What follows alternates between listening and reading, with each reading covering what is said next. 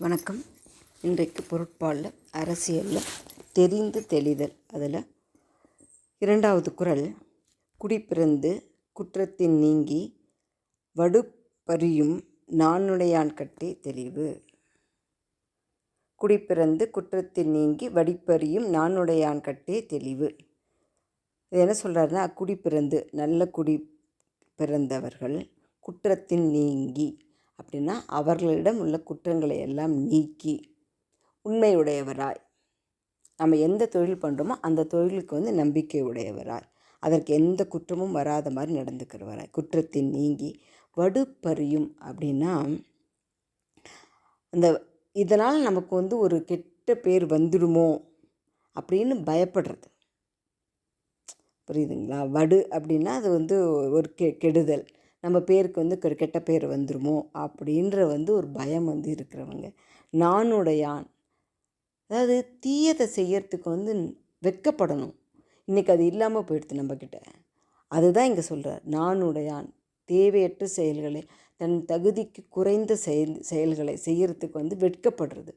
அப்படி இருக்கிறவன்கிட்ட தான் ஒரு அரசனுடைய தெளிவு இருக்கணும் அப்படின்னு சொல்கிறாங்க.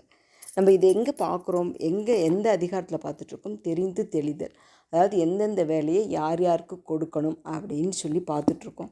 அப்போது ஒரு மனிதனை ஒரு பெரிய பதவிக்கு, ஒரு அமைச்சன், ஒரு சேனாதிபதி அல்லது மெய்க்காவலன் அப்படியெல்லாம் ஒரு தகுதி வாய்ந்த பதவிக்கு ஆட்களை தேர்வு செய்யும்போது இந்த குணங்கள் எல்லாம் மிக முக்கியமானவை. ஏன்னா அரசனுடைய பாதுகாப்பு அப்படிங்கிறது ஒரு நாட்டினுடைய பாதுகாப்பு. அதை ஒரு தனி மனிதன் கையில் கொடுக்குற மாதிரி அந்த பதவி இல்லைங்களா? ஒரு அமைச்சன் நினச்சானா, இல்லை ஒரு சேனாதிபதி நினச்சா, ஒரு மெய்க்காவலன் நினச்சா அந்த அரசனை எந்த சமயத்தில் வேணால் கொண்டுவிட முடியும் இல்லைங்களா? அப்போது அப்படி இருக்கும்போது அவர்கள் எவ்வளோ உண்மையானவர்களாகவும் நேர்மையானவர்களாகவும் இருக்கணும்னு பார்த்துக்கோங்க. அதனால தான் இவ்வளோ சொல்கிறார் வள்ளுவர். அவங்கள தேர்ந்தெடுக்கும்பொழுது அவ்வளோ ஆராய்ந்து. இப்போ இதில் சொல்கிறது பார்த்திங்கனாக்கா இந்த 4 குணங்கள் சொல்கிறாரு. இந்த 4 குணங்கள் கூட பரிமேலழகர் என்ன சொல்கிறாரு, அரசன்கிட்ட இருக்கக்கூடாத குணங்கள்னு 6 சொன்னாங்க இல்லையா?